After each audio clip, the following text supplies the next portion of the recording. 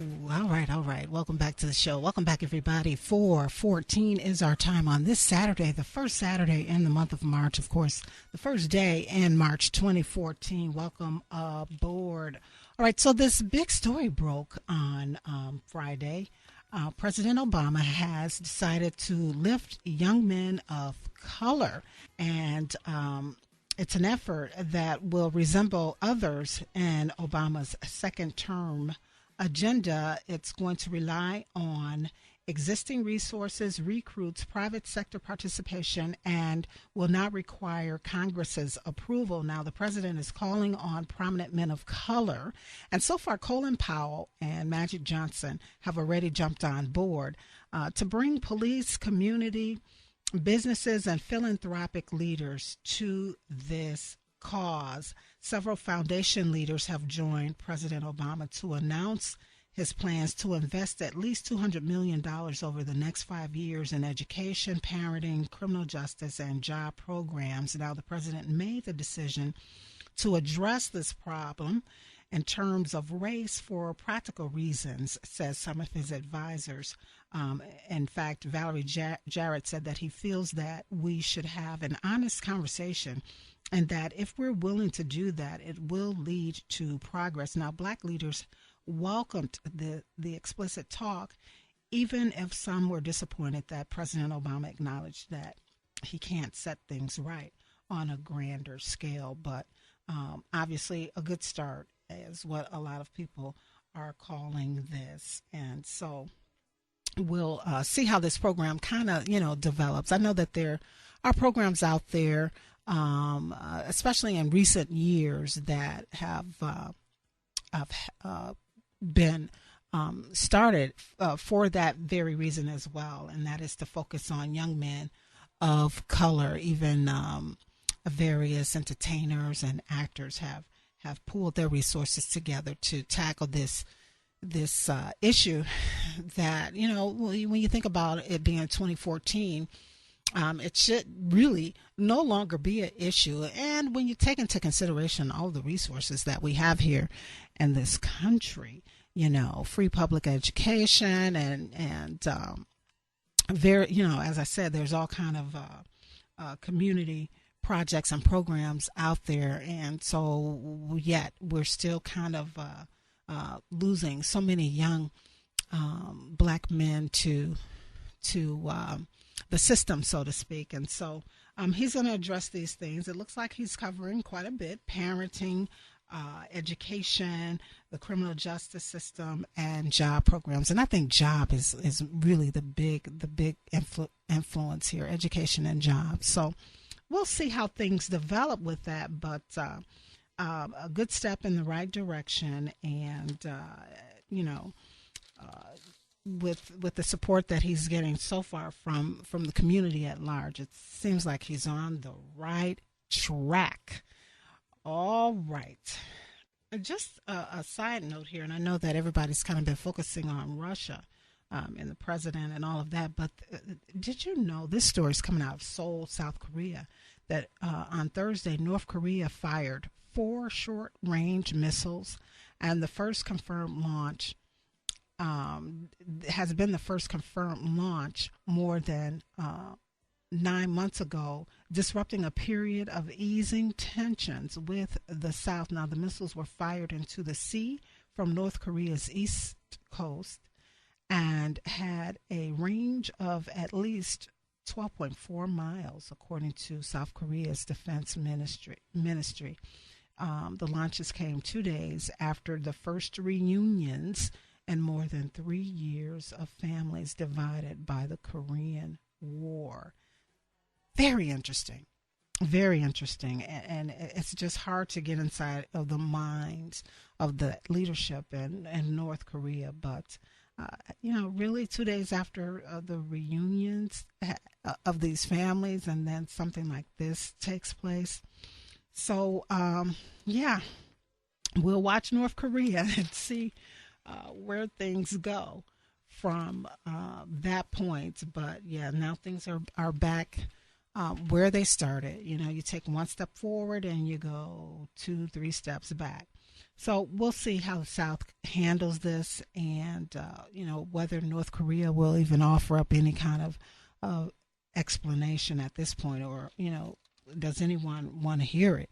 Is the bigger question. But that just kind of caught my eye, and I wanted to bring that up. All right. Tech news and business news. Well, in tech news, I find this so interesting, mainly because I don't know anything about it as of yet, but I do have other people in my life who do. And I had a very interesting conversation earlier with one of my 20-something friends who kind of explained this whole concept of Snapchat and messaging services that everyone is using now with their smartphones. And so I got a hands-on look at how it works, and had a really funny time with it. But this story, of course, Facebook is always doing something to kind of stay on top of things. They recently purchased WhatsApp, which is sparking a lot of interest and heightening the allure of other fledgling businesses, some of them little known here in the United States, that specialize in letting users send messages from their smartphones. Now, it was a $19 billion purchase of WhatsApp. And WhatsApp is it's a free application, at least for the first year, and then $1 per year after that. And it's basically popular here in the United States, but mainly in Europe and India. Now, what it does is most of these messaging apps are so successful because they were built directly for the mobile platform and for companies that started out on the desktop, which includes Facebook and Microsoft Skype. So the instantness of it all is why it's catching on. Now, in terms of why all of these other businesses are looking at similar apps to purchase to get in on, is because they get to gain millions of users, sometimes in other parts of the world, who are addicted to sending messages and other information via their mobile devices. The other draw is that they're seeking to keep up with Facebook. Rakuten and Tencent Holdings, which owns WeChat, which is popular in China. So it's, I guess they get these users, and then the users will start using the Facebook more, and vice versa, which of course increases their ability to draw advertisers and all of that. The messaging apps are programs that users install on their smartphones, and then they let the users send written messages to others with the same applications. And of course, buyers of these messenger software startups could also include technology companies like Yahoo and Apple, and major phone carriers, or infrastructure providers like Comcast. So we will watch this and kind of see how it continues to develop. But Snapchat, I got a chance to look at. Well, we all know about Instagram, especially if you utilize Twitter. But Snapchat is very interesting because you can, snap a picture really quick and put a quick message underneath, and the person that you're sending it to gets a chance to look at it for like 8 seconds or 10 seconds, and then it disappears and goes off into the universe somewhere. And when you try to retrieve it again, you just can't. And so I haven't found anyone who's using the WhatsApp yet, but there must be quite a huge number of people who are utilizing it for Facebook to purchase it for $19 billion. Hello. So, these quick messaging applications are big business now in technology, and Facebook is in the game, and there are many others who are looking to follow suit. So we'll see. And I guess I better hurry up and get in the game as well in terms of being a user because I'm missing out on a whole lot of fun. All right, it's about 4:25, everybody. Hang on. We'll be back with more after this quick message. This is, of course, 1340 WJOL, WJOL.com, and I am Marilyn.com.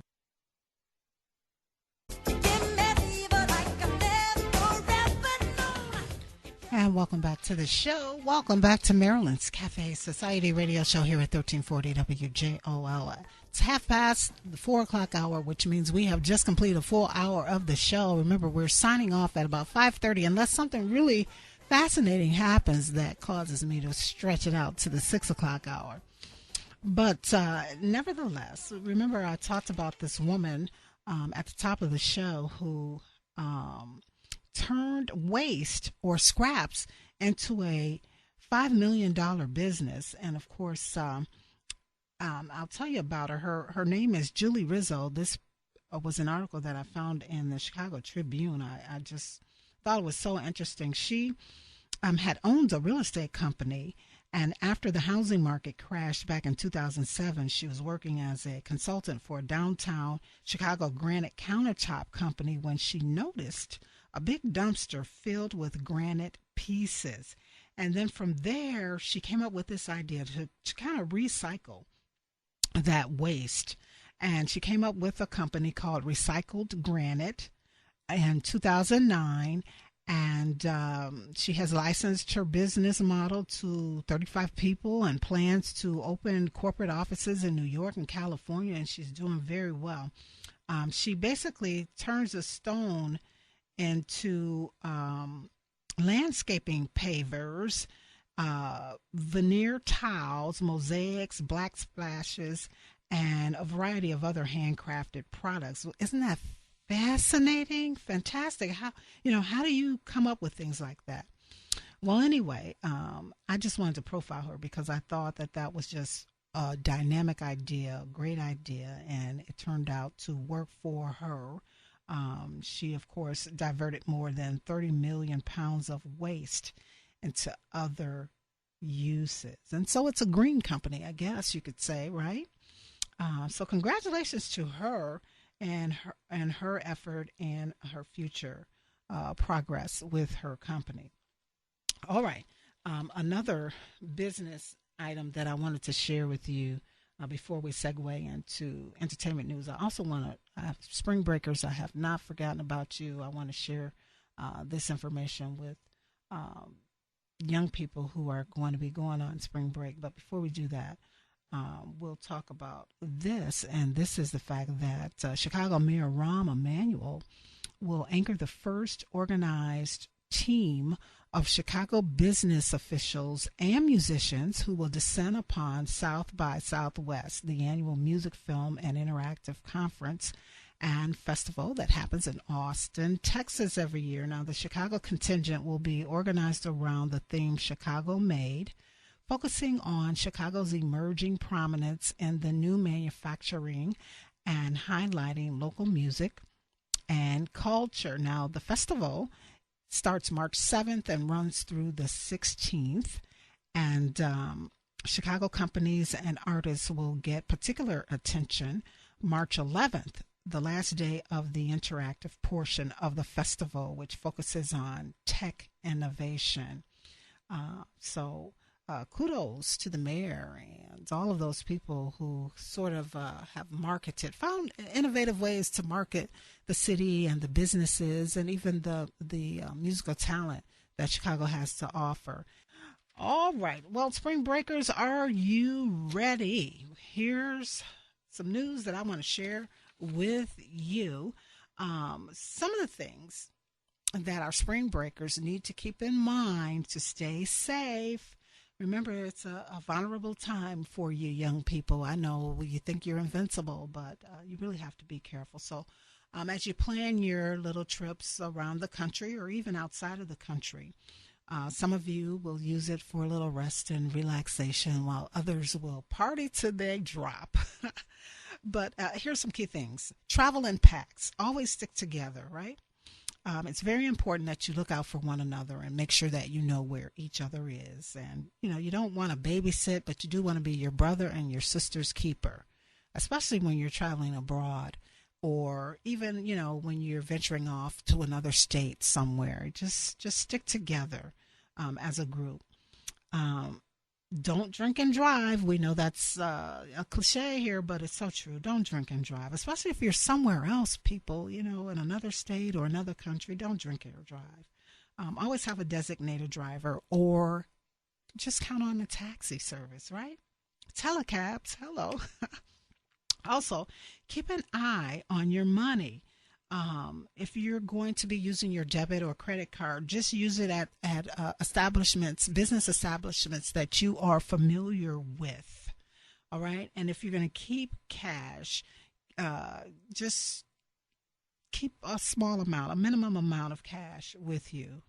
You just don't want to be somewhere and you pull out a whole knot of money. You don't want to draw that kind of attention to yourself. So keep the cash to a minimum that you carry with you. Sex always comes into this picture when you think about spring break, even though we preach abstinence to our young people. But if you're going to have sex, have safe sex, okay? Protect yourself. Alcohol, remember, you don't want to overdo it, not just because of the driving aspect, but also you always want to know where you are and what you're doing. You don't want to go into those blackouts and all of that. And, sometimes people drink so much that they really do physical harm to their body. So limit the amount of alcohol that you intake. Your spring break should be fun, right? Well, maybe for some, there are some young people who are a little bit too serious-minded for all of that. And so they want to find alternative things that they can do during their spring break. And here's an alternative. Make a difference. Volunteer. Do something. Donate your time to a cause that you care about. Get with a not-for-profit organization and do something with them, or organize your own fundraisers for other organizations. You can go to the shelters and feed the hungry and all kinds of stuff. You can advocate for a cause. Educate others about a cause on how they can help make a difference in other people's lives. And you can use your spring break time to volunteer. I just said that. Go to the local charities, charitable organizations, and help them do something. It doesn't always have to be about you volunteering with the Peace Corps and going overseas. For spring break, that's, you wouldn't have time for all of that anyway. But just something quick as an alternative to the spring break parties, you can make a difference by using your time and helping others. Now, for those who are more career-minded, you might want to use your spring break to do some job shadowing. Yeah. Try to connect with a career center or go to your guidance counselor or advisor and see if they can connect you with a company or a business that might be in the same industry that you're interested in. And maybe you can spend a week doing some job shadowing with someone who's actually working in that area that you have interest in. Or stay at school and connect with some of the professors, because just because you're on spring break does not mean that the professors, especially the research professors, are on spring break. A lot of times they take that time to get serious research done themselves, and they may have some hefty projects in which they may need you to help them with. So that's another option for you. And then, of course, last and certainly not least, you may have some connections that you can work. Yeah, you can actually work or do a bona fide internship where you're getting some credit and actually doing the work and maybe even getting paid while you're on spring break. And these are just some ideas that I wanted to share with college folks who may be out there listening. All right. All right. Well, listen, it's time to give away that first gift bag that's contains a Walmart gift card for all your shopping needs, and also 2 tickets to the production of Queenie Pie at the Harris Theater, either March 19th, 20th, or 23rd. I'll give that to our 4th caller at 815-254-7300. That's 815-254-7300. And welcome back to the show. Welcome back to Maryland's Cafe Society radio show here at 1340 WJOL. We do have a winner, and let's see if we can get him on. Hi, Dan. Are you there? Yes, I'm here. Very good. All right. So congratulations to you, Dan. You pick up the gift bag that contains a Walmart gift card for your shopping needs, as well as 2 tickets to the production of Queenie Pie. That's fantastic. Thank you so much. Are you a Duke Ellington fan at all? I love jazz. Yes. Oh, yeah. Yes. Love jazz. So do I. I do too. So, again, congratulations to you. And thank you so much. Thanks, WJOL. Yes, and thank you for calling and listening. Thank you, Marilyn. Now, Appreciate it. I'm going. I listen 7 days a week. I'm a very loyal WJOL fan. Awesome. Again, congratulations to Dan. In fact, Dan is still with us. He's going to. He wants to shout out his wife for Women's History Month. Of course, we know that it's generally for women in history, but I said that folks could say something about their wife. So, Dan, go ahead. Hi. Okay, I'll shout out my wife's name, Sharon Teeling Supple. Uh-huh. And an additional one, I want to shout out the name of Harriet Tubman. Oh, I think it's very appropriate this month. Yes. Very good. Appreciate that, Dan. Thank you so much. Thank you. All right. And then remember, come get your gift bag and tickets and all of that good stuff, and we'll be in communication with you. Great. Thank you so much. Enjoy the rest of this day. You too. Thanks. Bye. Bye-bye. All right. So, again, congratulations to Dan. Thank you so much for calling in and sharing the shout out of your wife, as well as Harriet Tubman for Women's History Month. All right, and so you can do the same thing, everybody. All you have to do is be the designated caller for this gift bag, and then anybody out there listening, you can just call and do just like Dan just did. Shout out your wife or whoever, just a woman that you think is deserving of a shout out for Women's History Month. All right, so we're in the entertainment hour, and we. Oh boy, being a talk show host, I kind of get caught up on all the talk shows on television. And so I don't think we've been together since Jimmy Fallon did his debut, right? I don't think we have been. So I just want to share with you. I'm working. Can you hear me work? Can you hear me work?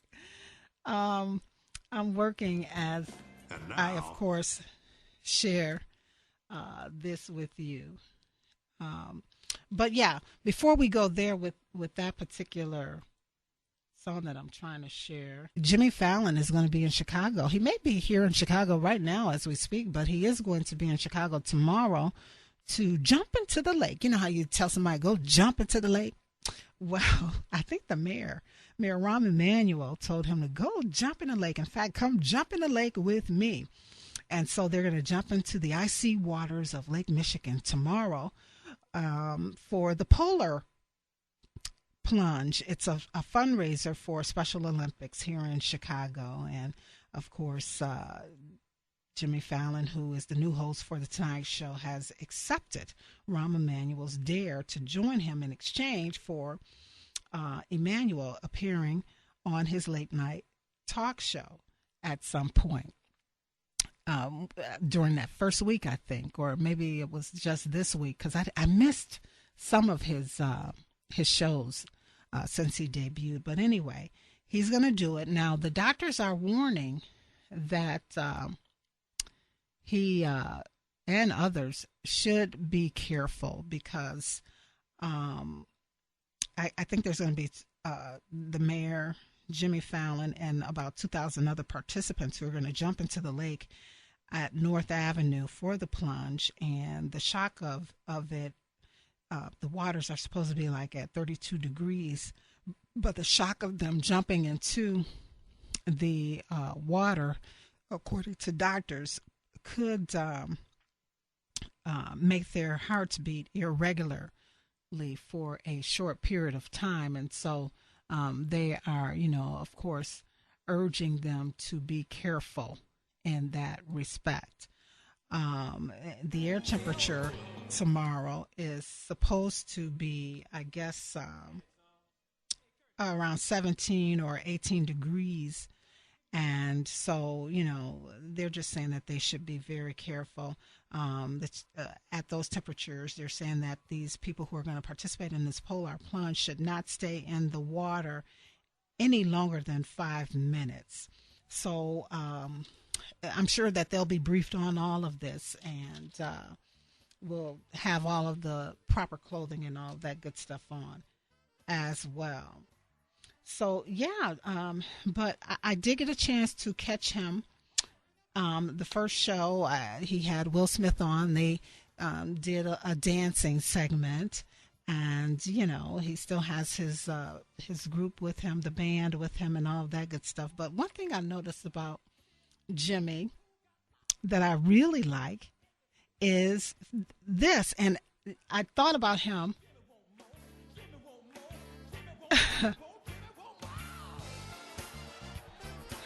I thought about this scene from Dreamgirls when Eddie Murphy was playing the role of a soul singer.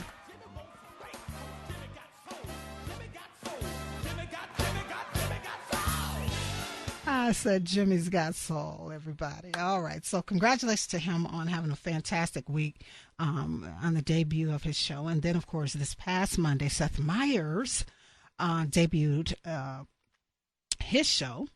And he did a great job as well. So good for them and all of that. In fact, someone told me about this because I missed it. But one night this past week with Jimmy, he did some kind of karaoke singing segment, lip syncing. I think they call it lip syncing contest or something. And from what I understand, it's supposed to be hilarious. So I'll try to get an opportunity to jump on YouTube to check that out.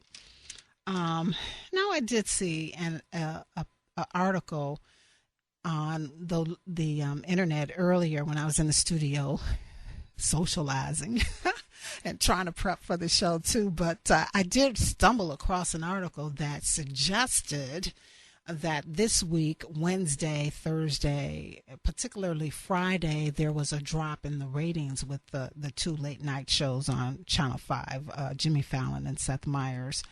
And, I really didn't read it all, but, I think Thursday is the